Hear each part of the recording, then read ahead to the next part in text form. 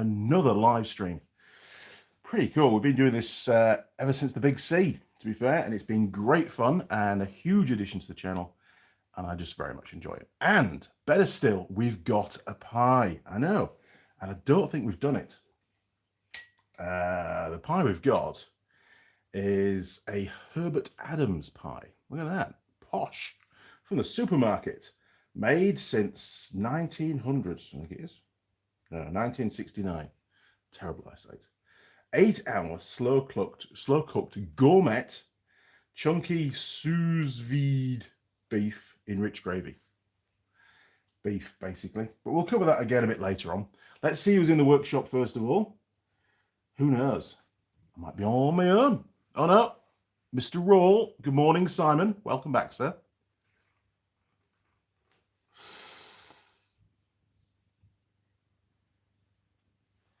Right. Make sure the volume's down. It is. Excellent. Simon says, morning, Andy and crew. It's, I'll send 50p for the meter. Yeah, that one's not working. I actually did a lights review in the workshop, and it's dismal, not just from a illumination perspective, but that one's a tube down, that one's a tube down, that one's a tube down, that one's a tube down, that one's a tube down, that one's a tube down, that one's both tubes are knackered in that one. That's a tube down. That light fitting's given up. Those two LED ones are fine. That's a tube down. That's a tube down. That one over there doesn't work at all. That one has got no tubes in it. That's one tube, and that one there's got no tubes. So I think actually we are under 50% of lighting in my workshop. I mean, it was massively overlit before, but I think Andy needs to do something about it. So the first step will be to go get some more tubes and see which lights I can get to resurrect and work. That will be a major improvement straight away. And then see what else I can do, basically. But it's still okay for filming, but there are some darker areas in the workshop now, and it's not great, to be honest, because it affects the quality of the video big time. So thank you, Simon, for that little dig in the ribs. I'll get it sorted out. While we're on, Simon, so Facebook, right, quick update. When I used to teach at Unitech, I did a new Facebook profile every year for the students. So I kept my personal one personal, the Andy Mechanic one, and I did a new one for every year, and the students would join, become friends and so on for that page, that profile.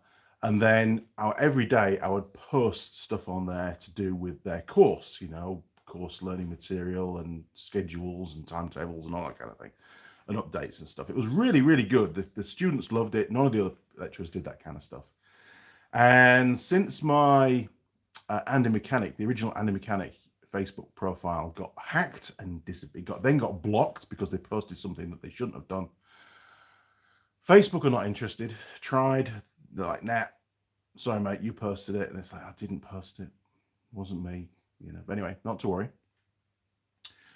But what did remain was access to one of those previous profiles that I'd done, which was Andy Lecturer 2015, I think it was. So I've rebranded that one because I've got access to it. And there's also loads of stuff on there about, how cars work, basically, which is great. Good access for me. I'd forgotten all about it, to be honest with you. So I've changed the profile picture, changed the, I've just rebranded it Andy Mechanic, or Andy Mechanic 2 or something. It is Andy Mechanic 2026 is what it's called. So eventually, when I'm back in the office, I'll change the link on YouTube to that new profile, and then you can all join as friends if you like. I used to have nearly 5,000 friends on Facebook because of the YouTube channel, basically. And it was really cool. It was a really cool way of launching new videos and keeping viewers updated and that kind of thing. And of course, it's gone.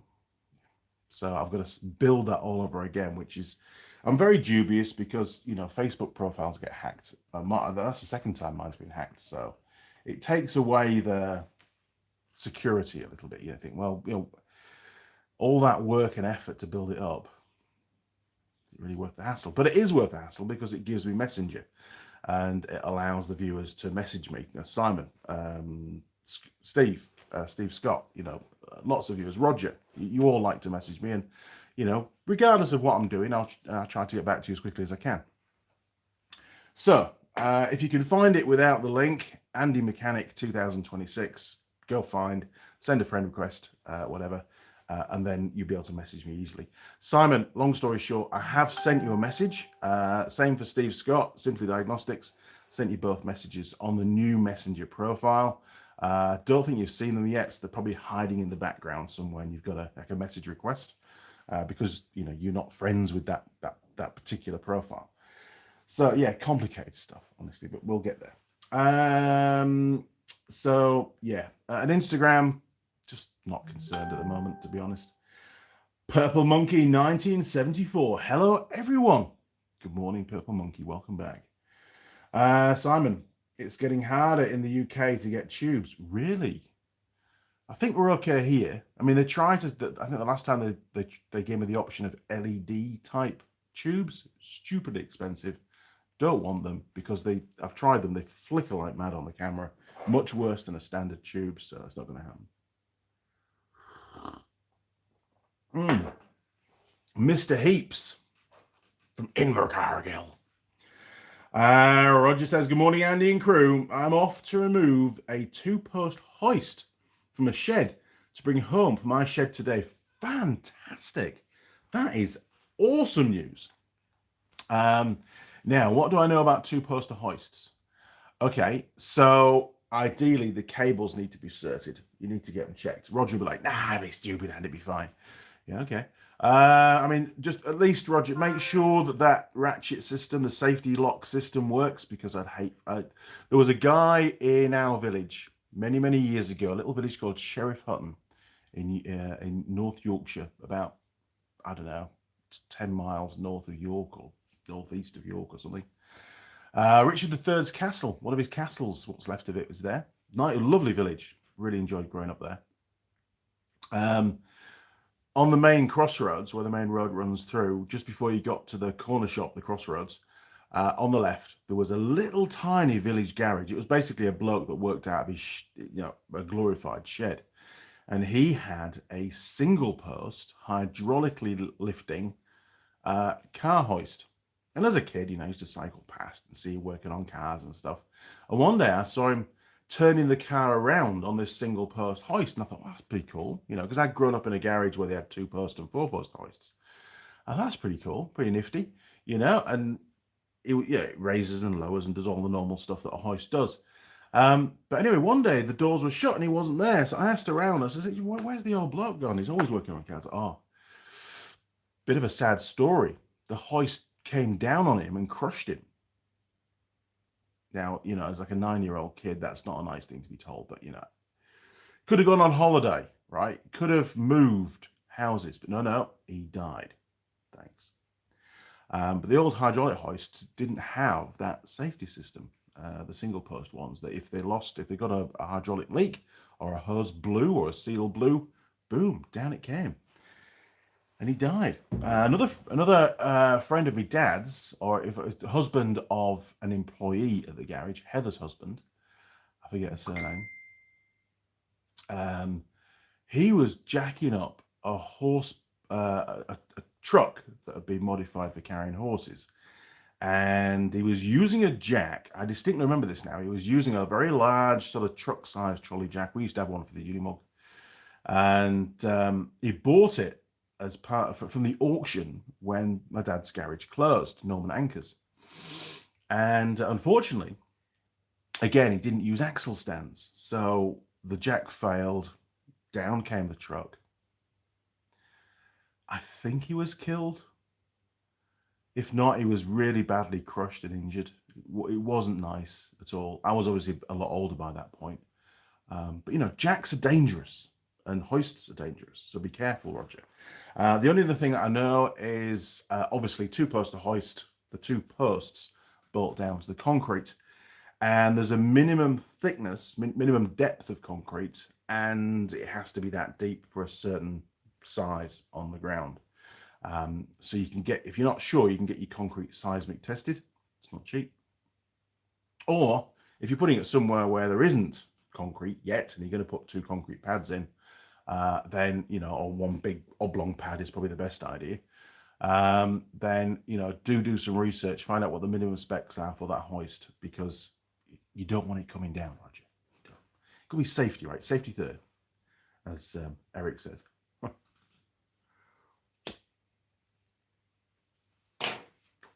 Now, I've heard some beep boops in the background. I got that from ViceScript Garage. Beep boops. You know, good bloke. I like Derek. Simon, here we go. Found it. You're a good man. We are back on track. What else have we got? Nothing. Okay, cool. Where do we get to? Right. So good luck with that, Roger. Please do your research. It's important. You know, if you're going to install it right, and then it's going to be good to go. Jim Haynes, I've been asking about that, you know. I'm asking about that, you know, and still even hit the like button in the dark. Why are you all thinking it's dark? I mean, it is a bit dark, isn't it? It's dark over there, right? Yes. And it's dark there as well, just wherever it is, over there. It's dark there. It's not quite so dark around this end of the workshop, you know, where I work. And actually, I've put emergency light in there, look. Way too big for the workshop and way too bright for my eyes, but it did the job, because these other 2 above it failed. I fixed those, sort of. I still tube some other ones, but I need to go and buy some more tubes. I really do. Terrible. I've been really busy. I've been on the lathe for the last 2 days, and I'm back on it again today. We're going to have a look a bit later on the new lathe and the Boxford. I was actually I'd set both lathes up for different processes. And man, was it quick. It was great. So good. So yes, Jim says, even in the dark, you need to hit the like button. Give us a thumbs up. Now then, Mr. Roll, I was on about the last live stream with the power cut, not a dig. Oh, all right. Apology, comment retracted. Sorry. But you're right, it's dark in this work. I mean, it's not dark for most normal people's workshops, but it's dark for my workshop. I like it. Mrs. Mechanic hates it. I like it super bright. These ones that are on the walls at the back, one above the lathe, which is really good actually. Yesterday I was doing the lathe work. They are a bit bright on the eyes. That's the only thing. You don't look at them directly, but they help with the camera, obviously. And that's filming, you know. It's just the world I live in. Kill Switch BB. Hi, chaps. Hope all is well. Yes, doing just fine. Thank you very much for asking. It's not often everybody asks that. Been a busy week. Actually, it's been a weird year, to be honest. Really has. Done lots of admin work. Really struggled to get out on the road and get to the part of the job that I do during the week. Those that know. Which I really enjoy. I don't enjoy doing admin work. I know it has to happen. And, you know, I just get on with it. I can sit at my computer for a good 8, 9, 10 hours in a day and just smash out emails and warranty claims and everything else that I have to do. But, you know, it's always with the view. It's all good, Andy. You'll be on the road next week. You'll be able to go up north, not at the moment because there's floods, but you know, you can go up north and go to the South Island and go and meet the dealers again, and you know, do what you do best, which is fix things on the fly and juggle, you know, because the emails don't stop. Everything keeps flowing in, even when you're on the road. There's actually more to do when I'm on the road than there is when I'm just doing admin. So it's harder and longer days, but part of the job. So hopefully soon I'll be able to get back out. MF50B. Now then, Andy and crew. Oh, now then, Yorkshire phrase. Now then, MF50B. Welcome back to the workshop, mate. The Giants. Good evening, Andy and crew. How are you all doing? How are you doing, Andy? I'm all right, actually. Update on the TD42 engine stuff. There's been a lot going on, actually, in the background. Too much talking, Andy.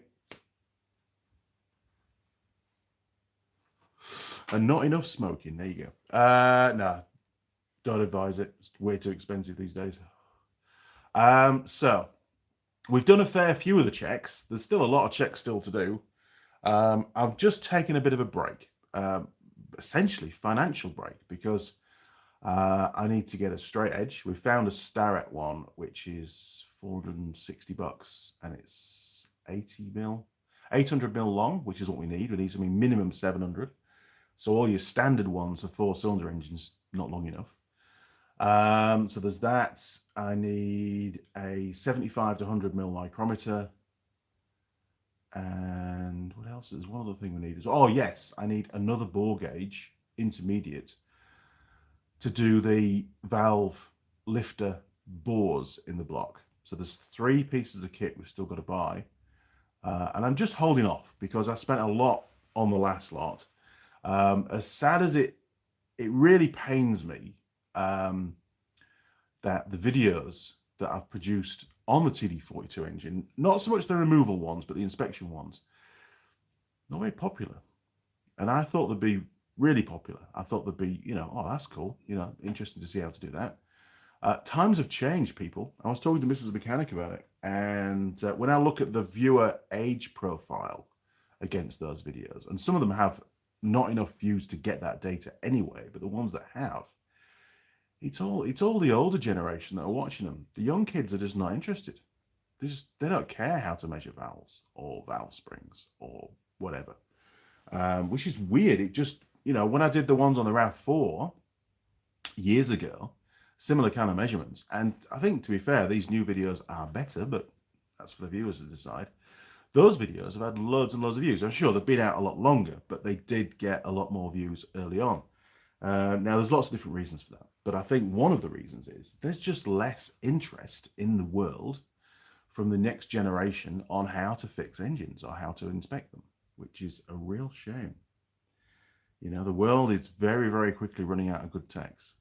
There's a lot less school leavers interested in going into the automotive industry, and that's causing them a lot of problems. It really is. I was watching a YouTube video yesterday. What's it called? Hang on, I will tell you.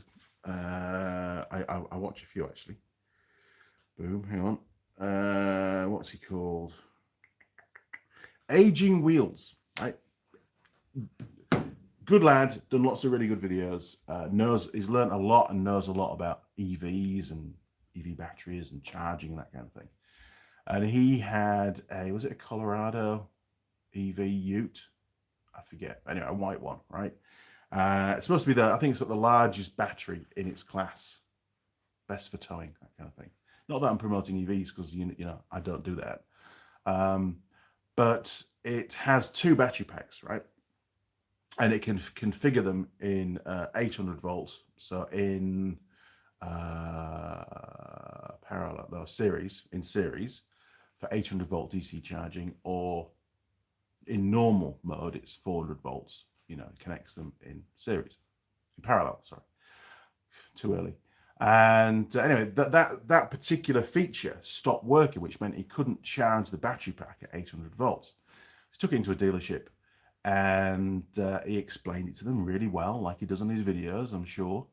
And they just didn't get it. They didn't understand what he was telling them. The technicians didn't understand. The service writer didn't understand.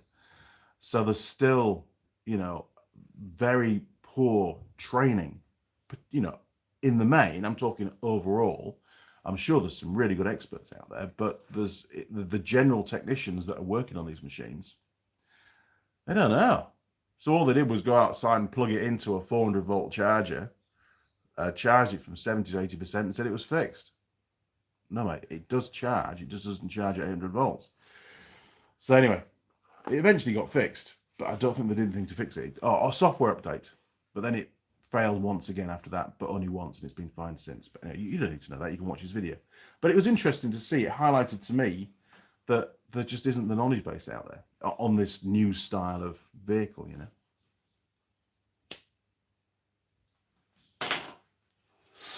Now, Andy went off on a rant. We need to get the pie in as well, don't forget. We'll cover the pie in a second. I was trying to get caught up.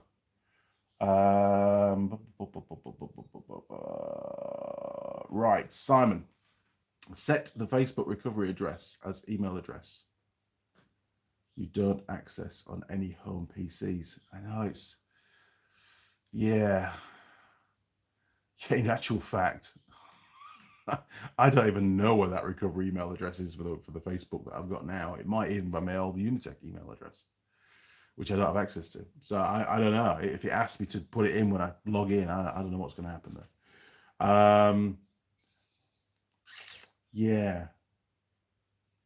I don't have that many email addresses. I have one other one, which I use. But it does get accessed on the PCs. So, yeah, I know I could set another one up. But, oh, what a palaver. The world shouldn't be like this. It's just a pain. When I was a kid, when I was young, we never had this problem, did we? Because there wasn't Facebook, there wasn't mobile phones, and, well, your Commodore 64, that's about as good as it got. That's what I had. It's great. Jim K, hello! Good morning, Jim, and welcome back, sir, to the workshop. Apologies for the slightly dim lighting. We've lost a few more lights. I've been moving tubes around to get an idea of what works and what doesn't, and it's not looking good. JJ.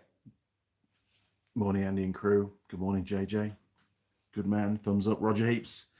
Garage, 15 minutes from here, still uses one post over hydraulic lift. Wow. Air over hydraulic. Holy shit. How on earth do they get that certed every year?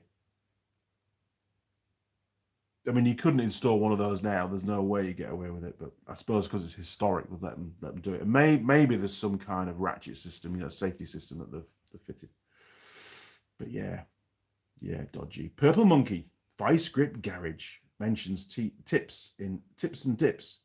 Anyone know what is meant by dips? Exhaust wire. Dips. Isn't that what you put your Doritos in and stuff? Dips? I don't know. He's a good bloke though. I like his road trips. He even makes the driving bit at the end, when he goes and collects a car and gets it going and drives it home. Even the road trips are quite interesting because he doesn't do too much on the road, and it's all fast forwardy stuff, and you get to see the country a little bit. It's nice. Now then, Simon, when do your clocks change? I'm pretty sure it's over Easter, which is next weekend. I think it's next weekend, Easter. And my birthday. Oh yeah, 54, 3rd of April. Not the 1st. I know what you're going to say. Not the 1st. Dodge that bullet. 3rd of April. 54 years old. Feeling every minute of it. Right. The Giant Governor. Sad that the younger generation are not interested in working in the automotive industry. It seems that way. When I was at Unitech, I was there 5 years. First year intake that I was there, 127 students, something like that. And that's why they employed me, because they didn't have enough teachers. And then the last year when I left, and I did leave mid-year because my new employer wanted me straight away. So I had to leave, which I didn't want to do. I wanted to see the year through with the kids, but timings were crap and I was put in a corner about it. 67. So basically it halved. The intake halved, which was sad. Really, really sad, actually. But it was just a sign of the times, and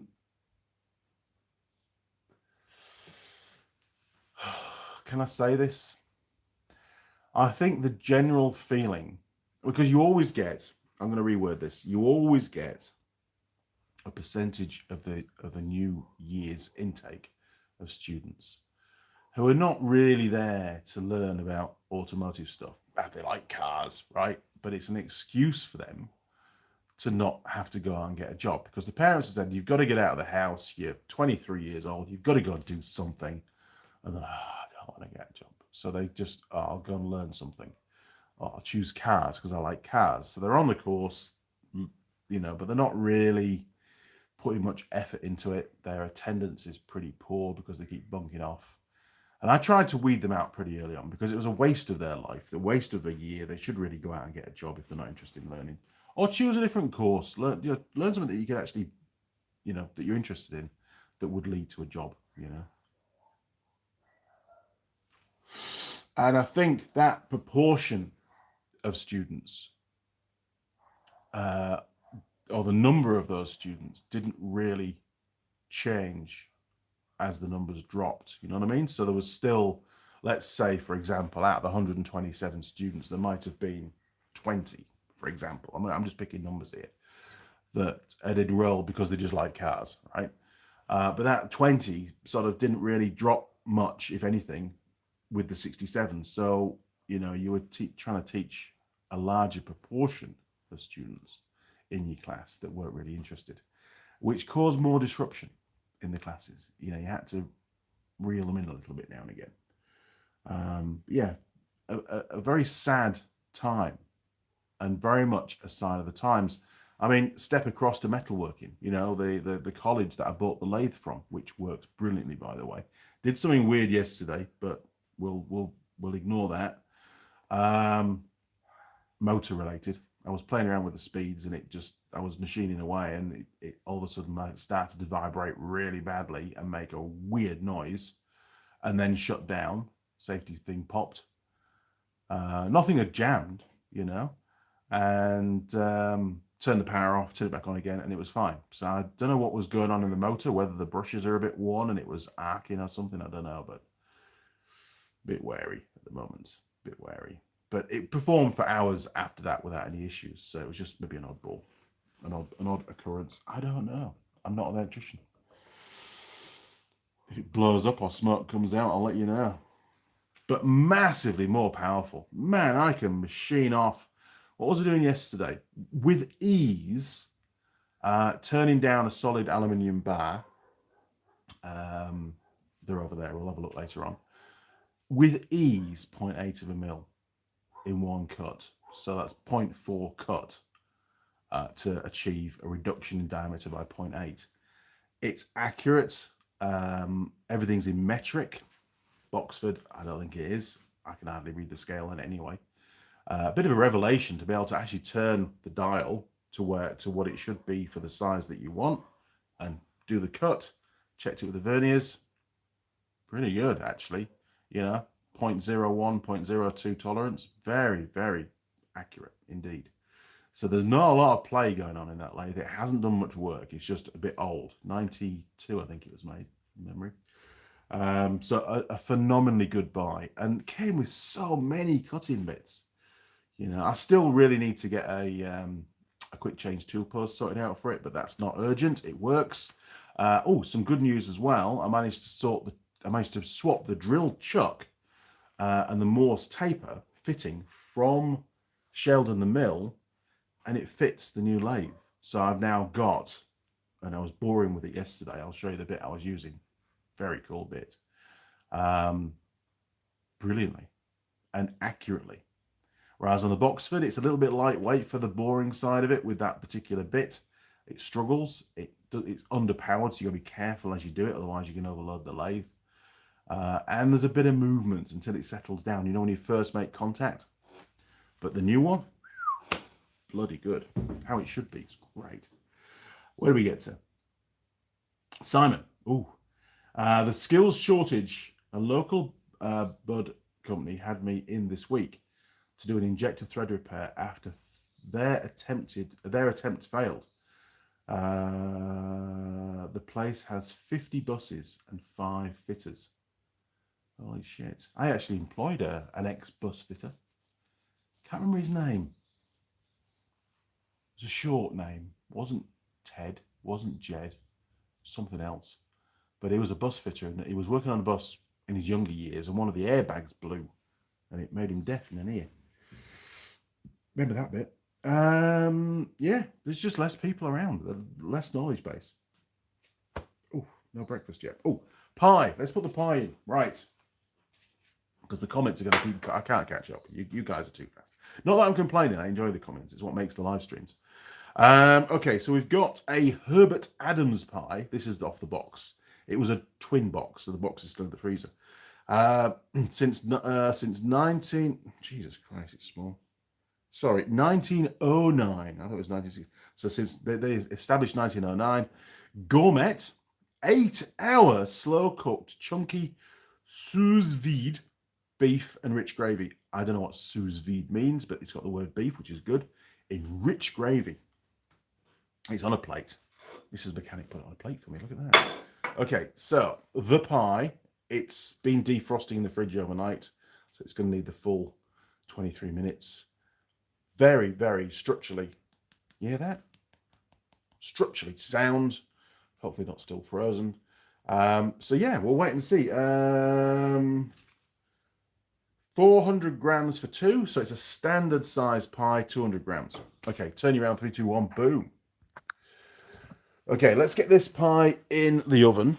Oh, the pie warmer. And we'll do a little tour of the workshop because there's a few things to talk about. There we go. Easy. 23 minutes. Bloody good pie warmer, that. Mrs. Mechanic was going to give it away. What? We don't use it anymore. It's going in my workshop. Okay, where do we start? Well, 42. It's still over there on the hoist. Bandsaw.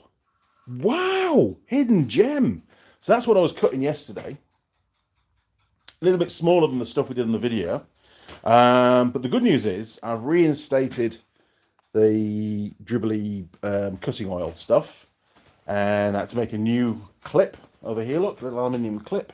Because the pipe, this one had broken. The pipe was flapping around, so we fixed that. And I got a new box. I had to cut the box down a bit. I didn't do a video on this.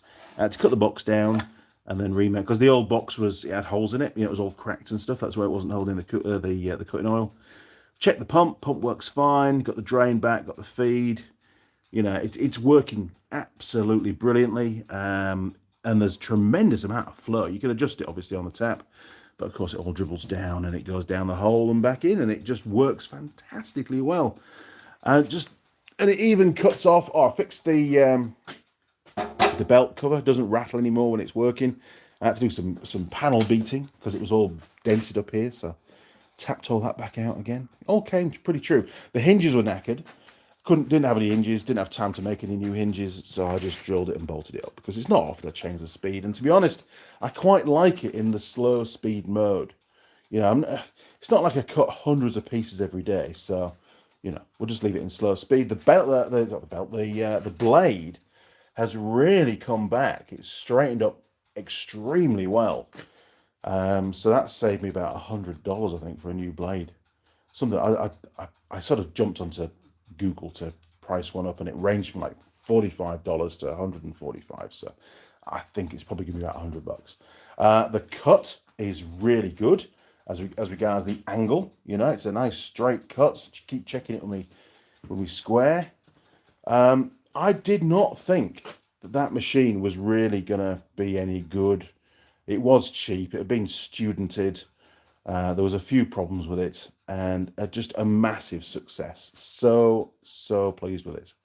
You know, it's quiet as well, much quieter than the power hacksaw, and it's quick.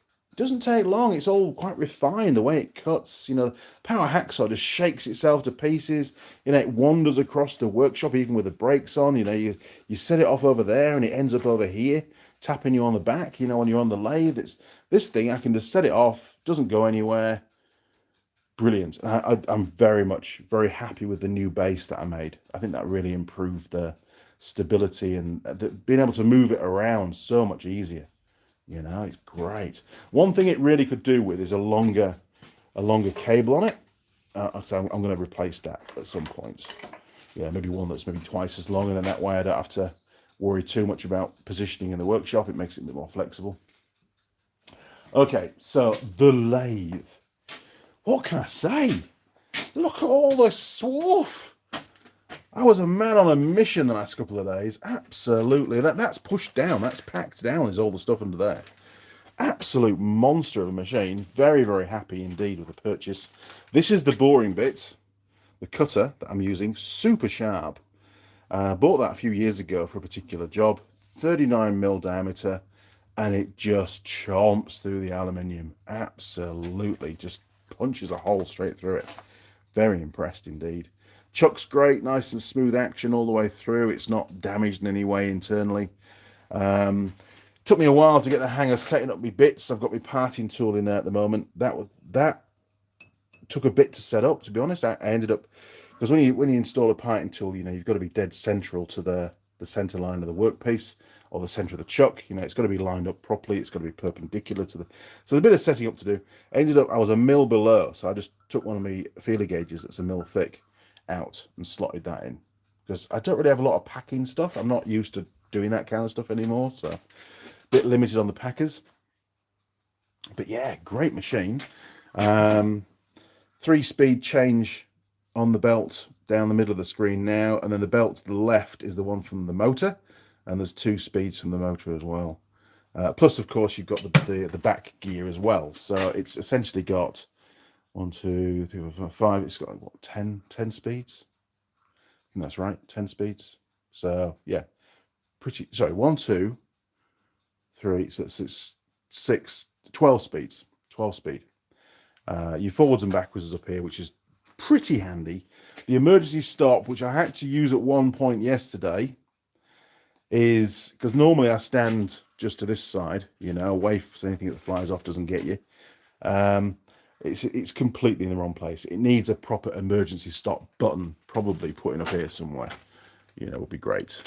I wouldn't say saved the day yesterday, but it would have been a bit more reassuring. Having to walk past the thing that's about to kill you to then turn it off is, you know, bad design, Andy. But I didn't do it. Okay. Oh, coffee. Just have a slurp of my coffee. I'm really thirsty. So we go over to the old Boxford, and I still love this little lathe. It's really useful for sort of final cleanups and stuff. And it's got a much smaller chuck, obviously, which is better for some jobs because, you know, the chuck doesn't get in the way. That's one of the things. That was like a remnant down there. Can I get to it? Yeah, I can. Hang on. Bear with me. So this was a cut-off from what I was machining yesterday, sort of leftover. I thought it was pretty cool. So, you know, I'm sure that'll get made into something one day. Probably a wheel, maybe. I don't know. Who knows? But it'll sit there and it'll get used. Very, very cool. And the little Boxford did a great job. And quick change tool post. And the other benefit is you can adjust the height really quickly and easily. Whereas with that one over there, the old style, you know, it's all shims and pissing around and burns a lot of time, to be honest. Burns a lot of time. What else? Yeah, so Sheldon is going to get the cutter installed. I've decided, now that the chuck's out, the drill chuck's out, I'm going to install the cutter. I'll order some nice blocks of aluminium, and I'm going to play around doing some milling. It'll be nice, you know. Haven't done that for ever really. Haven't really used much of a milling machine over the years. So I think I did a little bit at school. And of course, Sheldon's done millions of countersink and drilling holes and stuff, but he hasn't been used as a mill, which is bad. But I'm going to have to fix the casters because you can't pull it out. It's just impossible to move anywhere. And in its current position, it's just really for storage and for drilling holes, because I've got no access to moving the table. You see, it's all jammed in because the workshop's too small, you know. But I'm not changing workshop. The bin's full, by the way. Yeah, bin's full. I know. This is a mechanic's job. Get into trouble now. So there you go. Right, back to the bench. Turn you around. 3, 2, 1. Boom. There we go. Well done, phone. Oh, I still have a bad back. Do not know what's going on.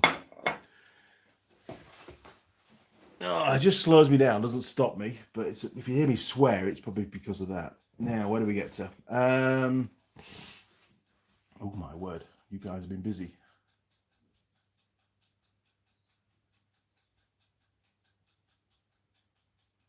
Here we go. Kill switch. Future people going into the industry will be mainly classed? Yes, classed as technicians who can only diagnose electrical. Real mechanics will have to go back to being trained the old way by actually doing stuff. Yeah, I mean, when I was teaching, we had an auto electrical course, which was like sort of the next level up to what it was the next level up to what we taught. Focused a lot more on fuel injection, that kind of thing. It was good. VJ ran it, actually. Very good lad. Very clever. He left to go private as a sort of a guy in the van diagnostic chap, you know, drive around, fix stuff. Good work. Big loss when he left, to be fair. Where was I going with this? Yeah, but a lot of mechanics, and I mean a lot of mechanics that I've met over the years, there's only a small proportion of them that are any good at electrics. The majority are more, you know, mechanically orientated with their repairs, you know, changing cam belts and alternators. And sure, they can do the basic charging tests and start motor circuit tests and stuff. Some of them can, not all of them. So I think we're going through this sort of interim stage. Not only we're losing technicians that leaving the industry, but the technicians are having to be more skilled in the electrical side of things, not less skilled as technology improves. And improves is the wrong word, changes. Cars basically become more, or vehicles become more and more complex. Now, sure, you know, 50 years from now, you're right. There's going to be, you know, hopefully some pretty well trained up techs. And I think also manufacturers are going to have to improve their diagnostic side of things, where, you know, you plug in a computer, right? And it does the diagnosis. Sure, we get fault codes and stuff now, but I think it'll be far more complex around the fault code side of it.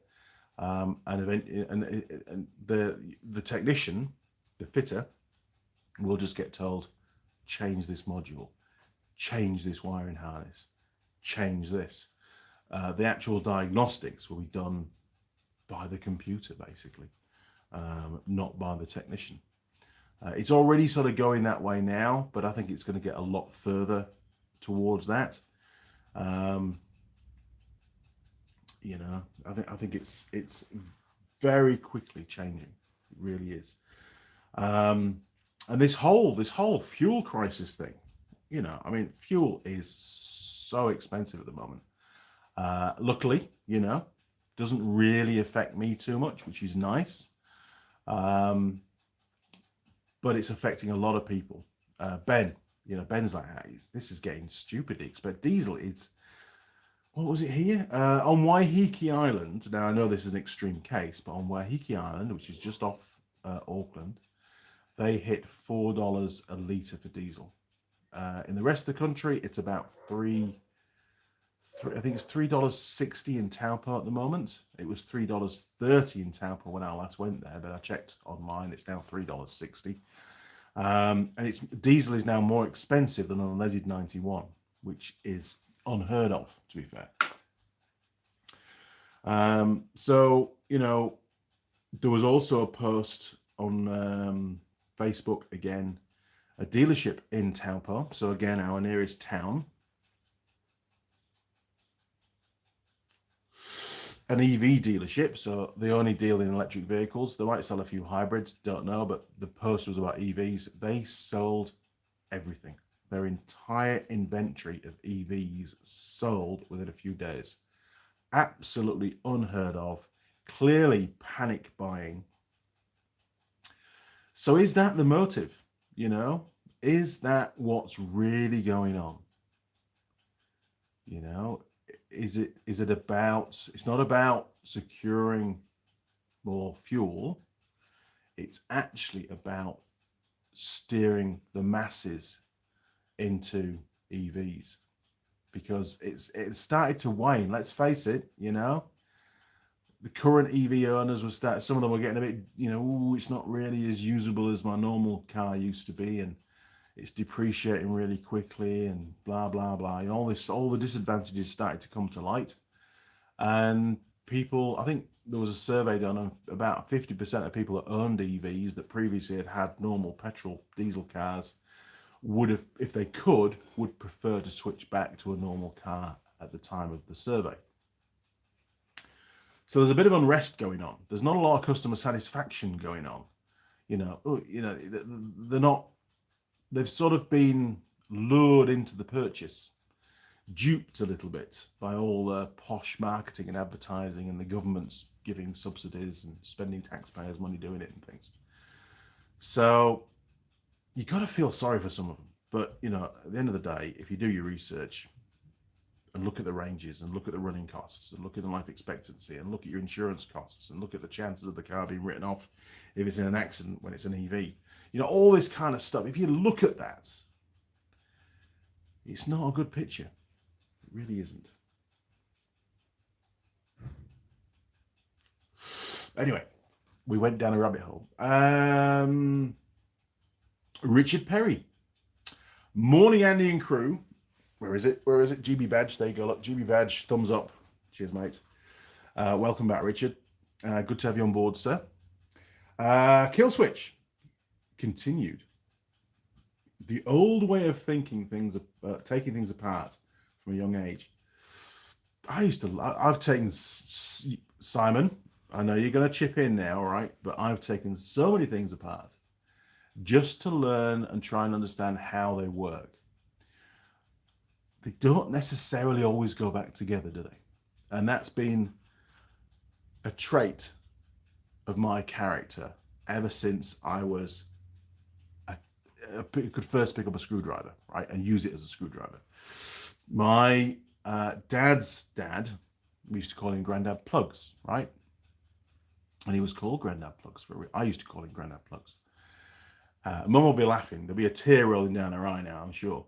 When I was little and could, you know, wield a screwdriver, I found this cardboard box of, you know, plugs, you know, for household appliances and stuff.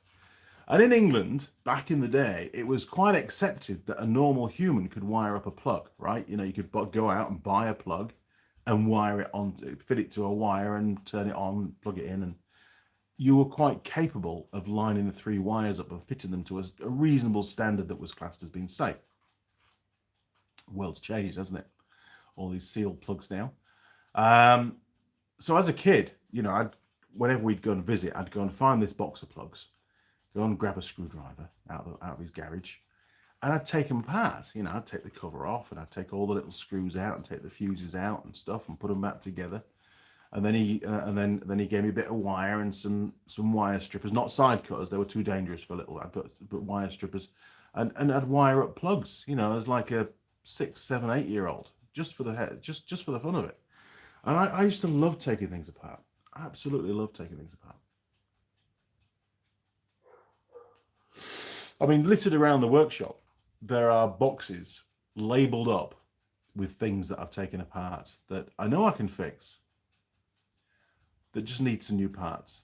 I think there's another Makita grinder somewhere, one that we did fix on a video that I wore out again. Something else in it failed. We fitted a new armature to it and new brushes. Yes, the bevel drive failed. So it's only a mechanical fault. And that's all it needs is a new bevel drive, a new pinion and bevel drive gear. And it'd be like new again. I haven't got around to fixing it. You know, Ben bought me a Zito one, and that seems to work pretty well. Although, to be honest, if Ben was here, he'd tell you himself, Ben went Ozito big time about 3 years ago, steered away from Makita because of the cost. And, you know, it was down a few weeks ago, and he was carrying a cardboard box back to his the Funbus Mark II, the vehicle that he's currently driving around. And in the box were 5 Ozito tools, apparently electrical tools, which had burnt out or failed. And I says, what are you doing with them? He says, I'm taking them all back. I've got the receipts. It's all right. Don't worry, Dad. I've got the receipts. He's very good at receipts. I'm going to get them replaced. And there were 2 batteries as well that had failed. And I'm like, well, that's quite a high failure rate, Ben. I know you work them hard, but you don't work them that hard. Anyway, took them all back. They replaced all of them. He upgraded his drill from a brushed drill, I think it was, to a brushless drill.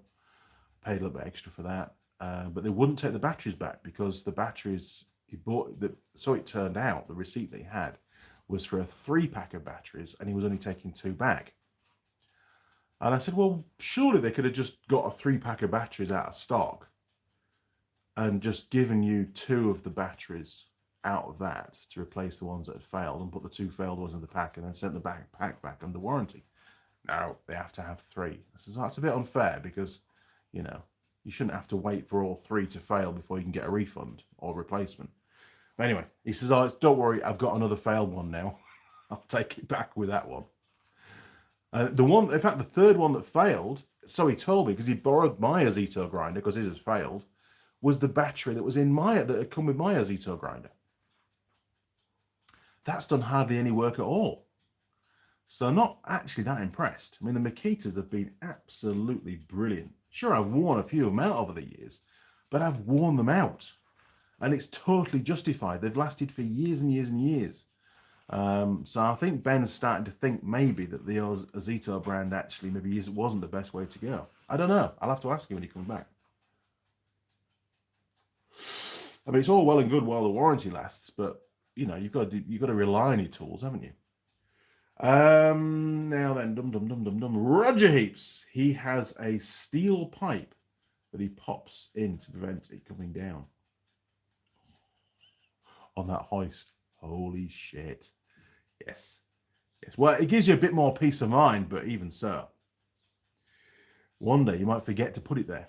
Oh, I'm just going to, change the brake pads out. It won't take 5 minutes. Roll the dice. The Giant. Happy birthday, Andy, for the 3rd of April. We are the same age. Not fun to be 54. Holy shit. 54. I'm sort of at that stage in life now where I'm thinking, how much is left? Didn't think about it. When I was a teenager, I was invincible. I rode my motorcycle like I was invincible as well. Shouldn't be here. Really should not be here. There's so many close near misses. Should not be here. But I am, which is nice. Really nice. Get to make things, do stuff. And, spend some more time in the workshop. But the fact is, 54 years old, I've already experienced friends of mine that have passed away.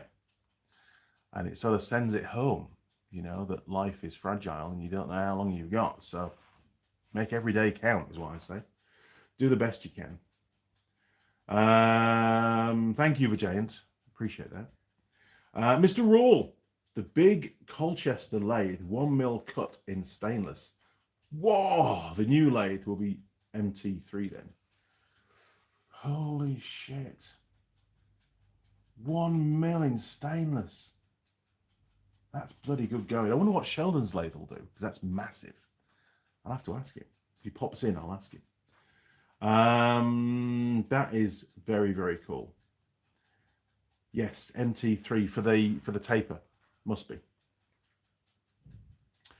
Mr. Nuttall. Tips and dips. Chrome tips are straight out pipes. Dips, don't know. Pipes. Geez, like a riddle. Pipe tips that point to the ground sound-wise are very different. The only exhaust tips that I can think of were on my Honda CM200 Twin. Cyril, we called it. Still in England. No doubt been scrapped. Cool little bike. I used to ride it up and down the M1 to college. Great little bike. I had so much fun on that little bike. Even went trail riding with it. Put some knobblies on it. Great fun. So easy to ride. So easy to crash. Crashed it a few times as well, to be fair. That had tulip. They called them tulip style pipes. So the silencer was sort of tapered. So this is the engine down here, and it was tapered up, got bigger and bigger, and then it went real narrow, and then went back out again in like a curvature. They sounded mint. I liked those exhaust pipes, and they would still have been on it when I left England. Actually, they were cool. I was going to do an upgrade to it. I got twin carbs for it off a CB200. That had twin carbs, but never got around to fitting them.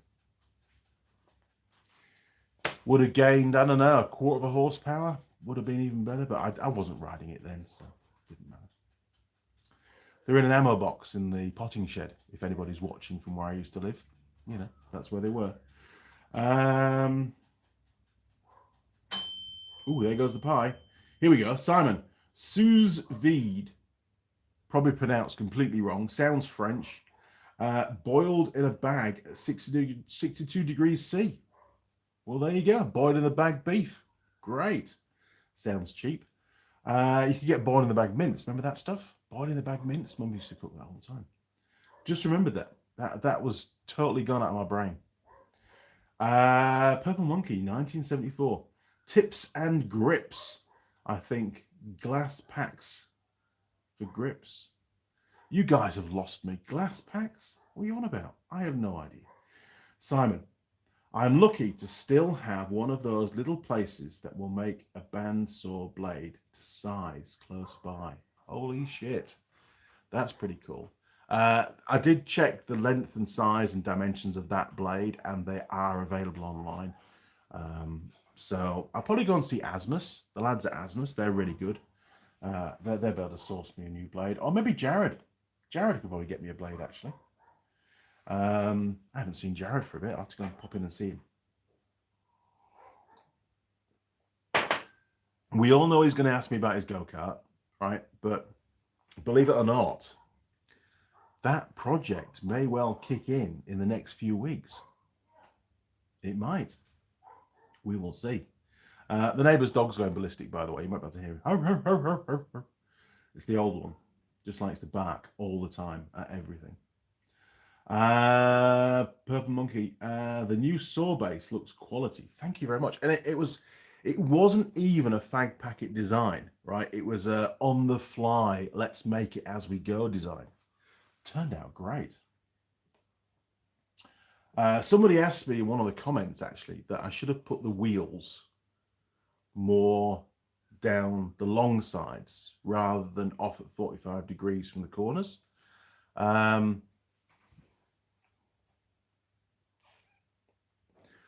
could have done. It would work just as well. But, you know. And I wanted the angle line to be the full length down the sides rather than at the ends. But that would have used a lot more angle iron. And I can use that for what I haven't used, I can use for other stuff. And I have loads of box sections. So sometimes you've got to be a bit more, be frugal with your materials and try and do things that are a little bit more, you know, economic, because steel's expensive, you know. And I've got a reasonable amount of steel stock left, but we do chew through it. So one day I'm going to have to buy some more, and that will require some saving up.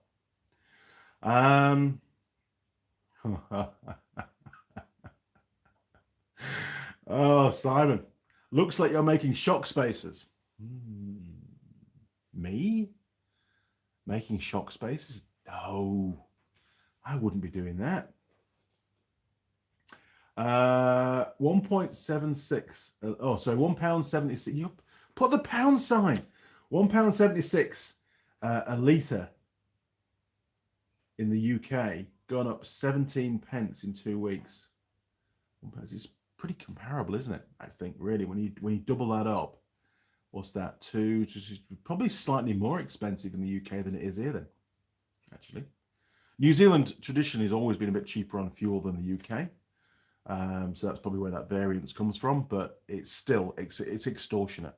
And you know, I go onto Facebook and people are just posting. There's so many posts about fuel prices, and I filled my car up, and here's a picture of the charge on the screen on the pump, and how much? $250, $300, $350. You know, I bet there's a lot less people using the boats at the moment. That's for sure, because boats chew through the fuel.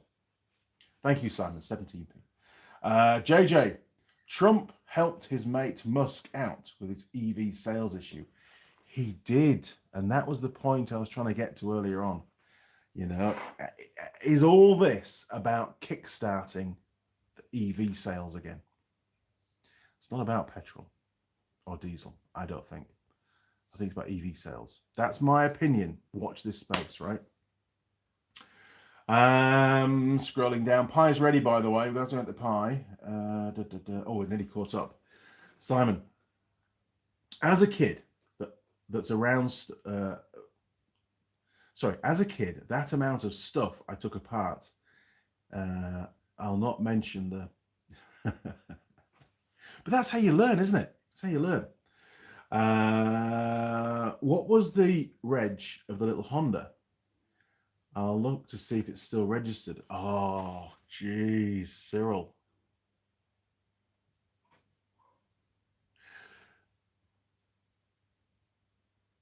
I would like to say BWY273Y, but I could be wrong. I'll have photos somewhere of Cyril from when I was at college that'll have the registration number on.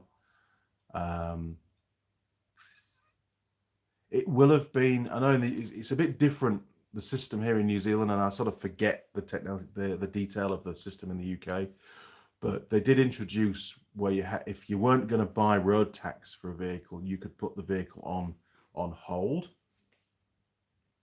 so that the registration stayed live. I did that for Cyril. I don't think it's here you've got to do it every year, but I think in the UK you could just do it once, and then when you're ready to put it back on the road again, you just pay for your road tax and get your MOT, and away you go. It might have changed. This is going back a long time. So potentially it's still in the system. I think it is BWI273Y. I think it is. God, there's so many number plates in my head, honestly. Banana Brooks. Good evening. How's the Suzuki TS parts acquisition going? Right. Okay. So I did get a list of parts. Good question, actually. See if I can still find it. I got an email. Come on, phone. Right. Emails. Search. There we are. P&A. All right. We'll run through it. One intake rubber between the airbox and the carb. That's the one that I had to bodge with the inner tube off the bicycle. It is available, $69.78. All of these will be plus GST 15%, by the way. A clamp, one of the clamps, $9.97. Another genuine clamp. So the first clamp was 56mm. So the smaller one onto the carb. The larger one onto the airbox is $14.82.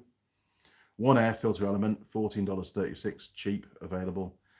One intake rubber to manifold, ex-Japan, so it's still available, but not in New Zealand, $93.23, so it's getting expensive. But we have to have one. But it's good that they're available, so I've got to get one while I can. Spark plugs are easy, $11 each, which is a lot more than I normally pay, but anyway.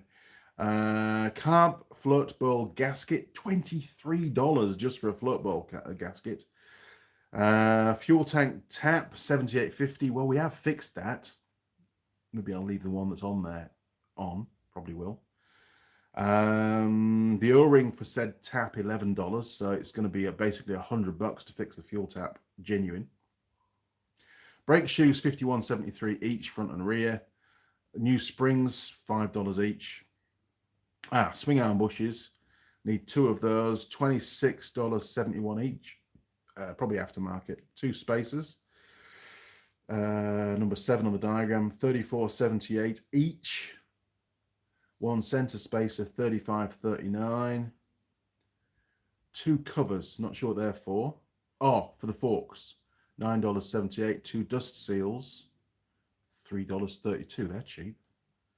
Aftermarket swing arm kit option, $59.80. So I could just get an aftermarket clutch kit.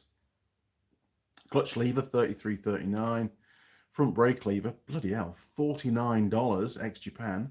One gear lever, $93. Clutch cable, which we need, $54. Speedo cable ex-Japan. Front brake cable, $74. Speedo cable, $86.59. Throttle cable, which we need, $90.60. Going back to the clutch now, if you buy the parts individually, 5 steels at $22.33 each. Ouch. Frictions are $13.60 each. There's 7 of those. The springs, and there's 6 of them, $7.21. Clutch cover gasket, $33.11 for a clutch cover gasket. Can't get genuine handlebars anymore, but that's okay. Kickstart lever is available, brand new, $129. That seems quite cheap for what you're getting. Rear brake light switch, $60. I'm pretty sure we can find something that'll work. They're pretty standard. One switch spring, $37. Front spoke set, pretty cheap, $136. Front rim, not as cheap, $250. Rear spoke set, $123. Rear rim, $415. Holy crap. Can't get a tail light unit, discontinued. There's a gasket here, $23. Not sure what it's for.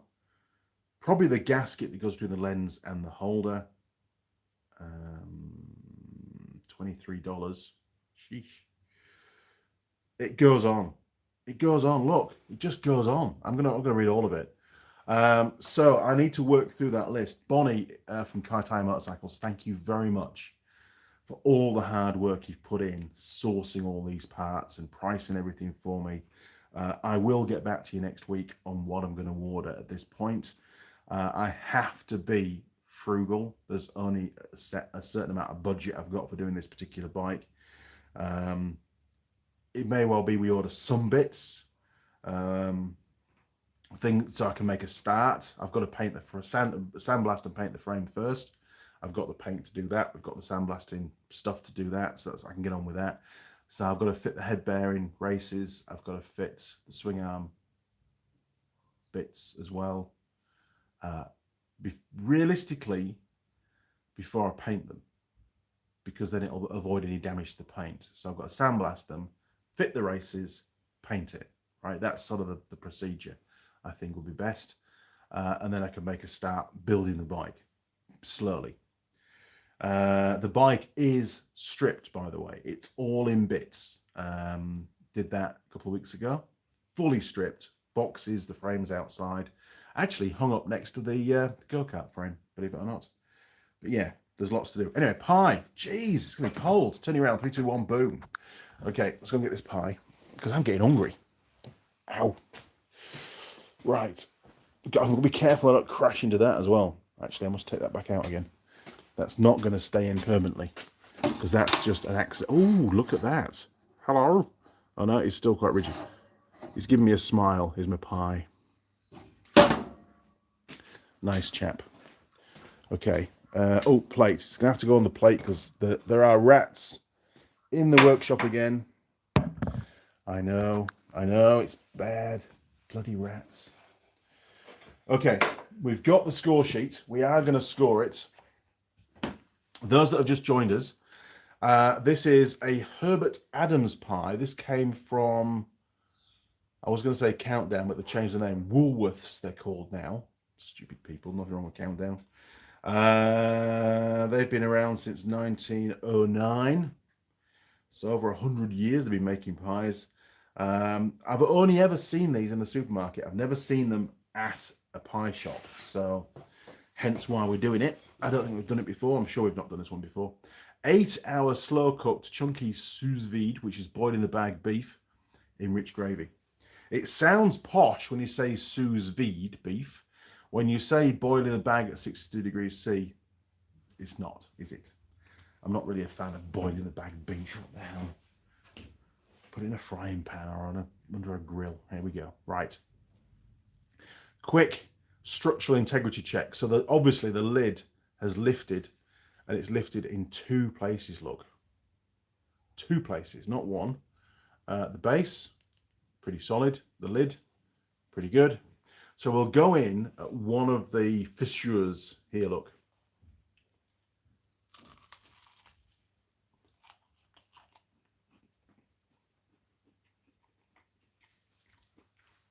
It's all right.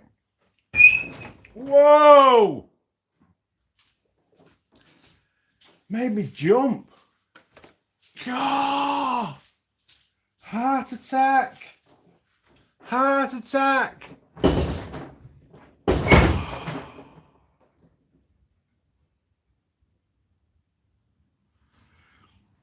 Honestly. Right.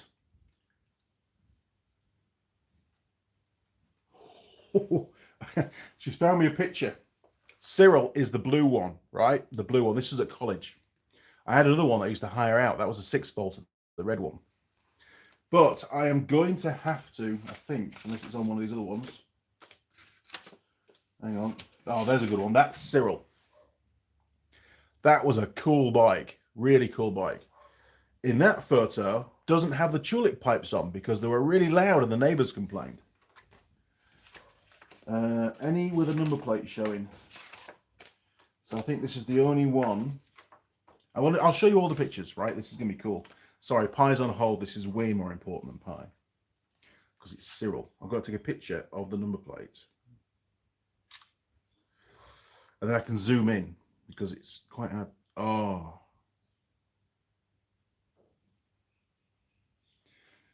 It's not really legible.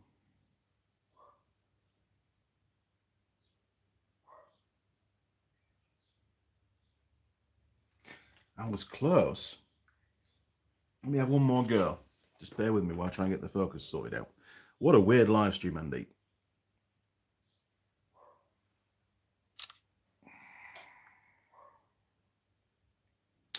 No.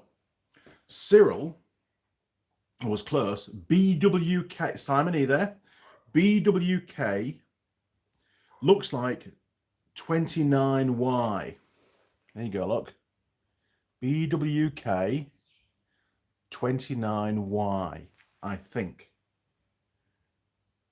BWK. There's a leaf in the way of the two. Sorry. We have got more photos. Right, pictures. Bite of the pie. Here we go.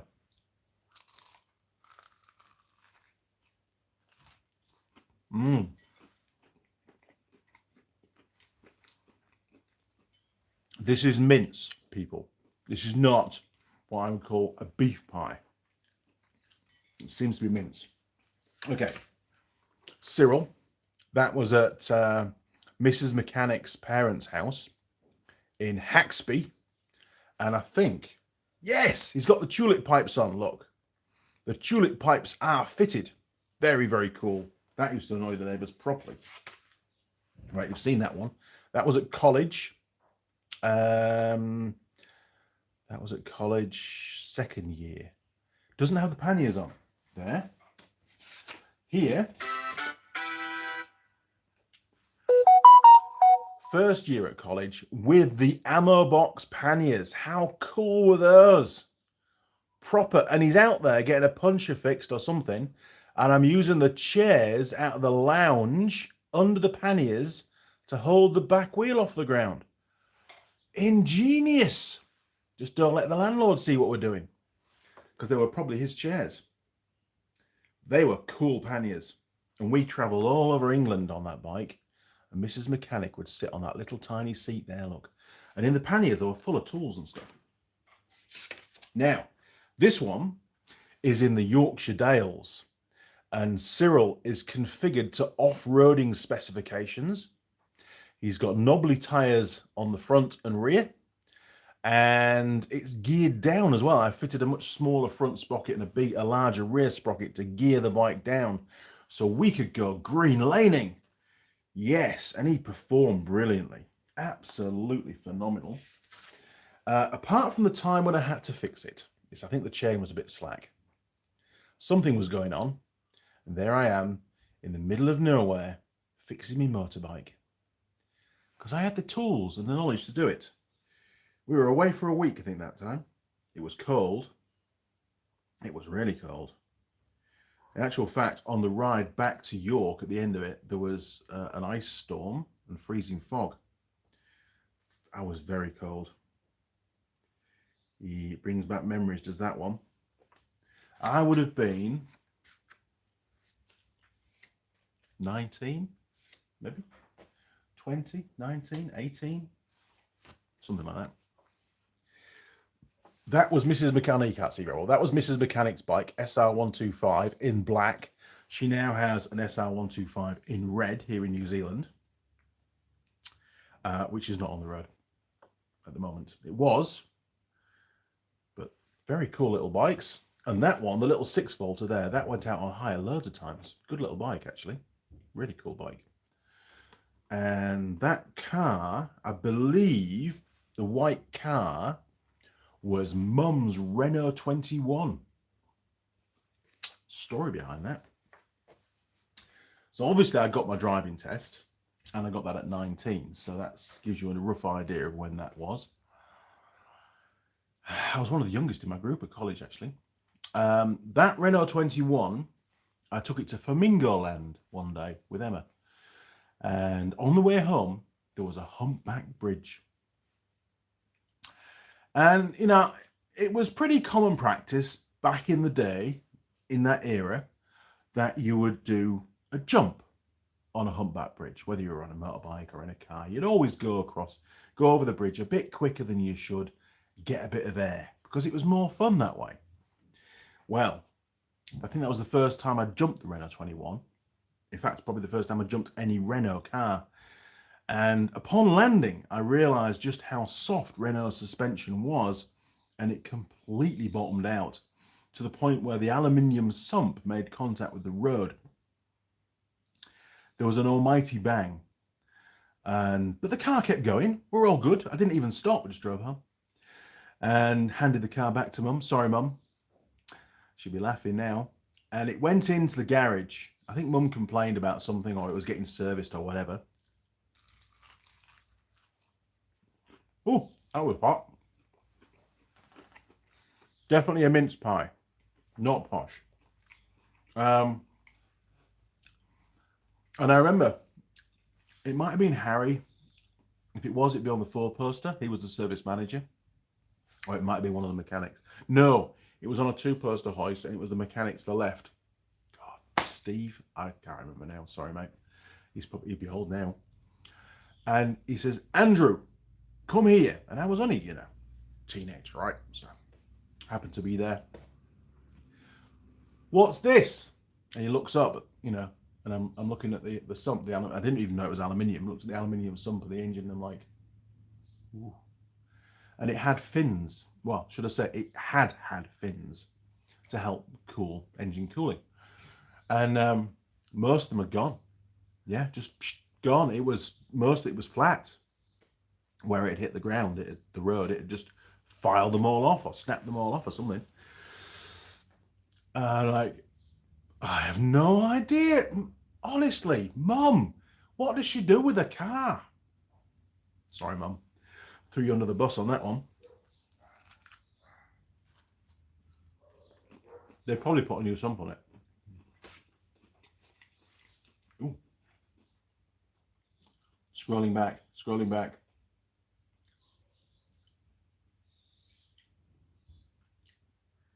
Ooh. Scrolling back. Sorry, guys, I've been ignoring your comments. We had a story. We had a cool story, actually, Cyril.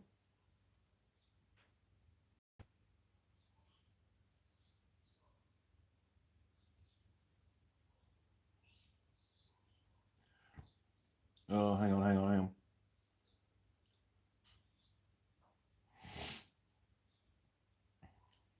There we go, right. Okay, sorry, I had to scroll back a long way. Right. Banana Brooks, good evening. How's that? Done that one. John Nuttall, Simon, he's been making ponytail hair rings, lol. Funny. Honestly, you guys. Simon, John Nuttall, lol. Oh, come on. Stop it. Vehicle details could not be found. Oh, that's a shame. Cyril's dead. That is a shame.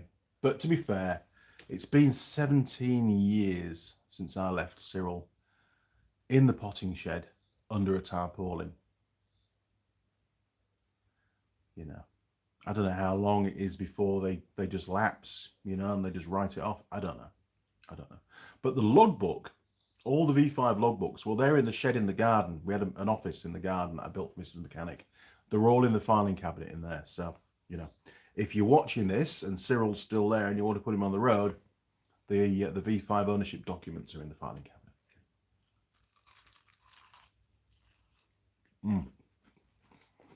It's not a bad pie. It's pretty hot. Thermal retention is phenomenal. But it's definitely mince. There's no lumps of steak in there. Well, they didn't say steak. They said beef, didn't they? Oh. Yeah. Mr. Ratty can have that bit. That was gristle.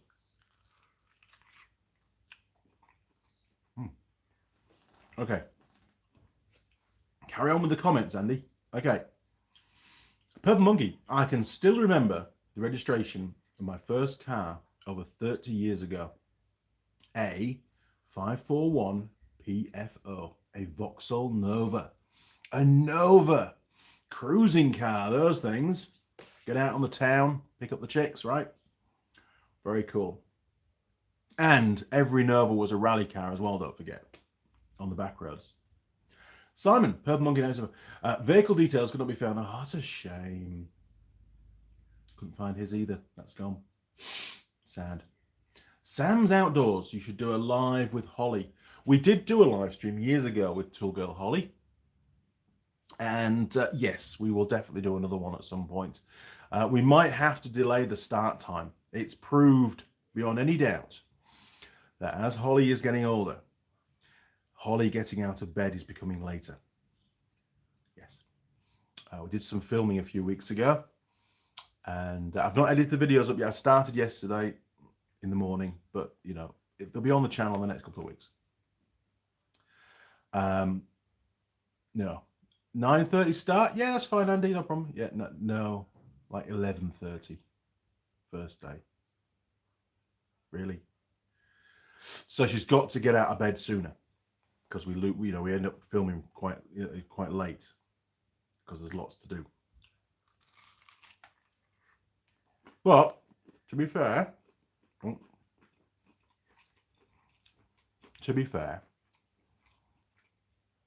she has a very, very busy, involved job now. She'd been over in Australia with work. She didn't get back till midnight, 1 o'clock in the morning, Friday. Plane landed. Didn't get home till what, 2:30 or something stupid. And then drove down here Friday afternoon, Friday evening, drove down here. So she didn't get a lot of sleep, you know, poor lass. So she was tired, so she needed a bit of a lie-in. You know, a grumpy Holly's no good to anybody. And we did so much filming that weekend. You might have noticed in some of the videos, I'm starting to put some new, you know, little cuts to Holly, even though she's not in the workshop, right? You know, because it makes it more fun. We did nearly 100 of those cuts, different versions, on the Saturday. And bearing in mind, we did at least 3 takes in landscape and 3 takes in portrait for each of those. That's 600 takes. And we did more than that. You know, there was some extras. So she did phenomenally well. That was just the Saturday. We also did the new intro video. We also did, there was another video we did as well. Can't remember now. And then we did a couple of videos on the linesman's bike. You know, so we were, you know, she's really good. We just smashed them out. We were full on busy that weekend. And then I drove back to Auckland that night.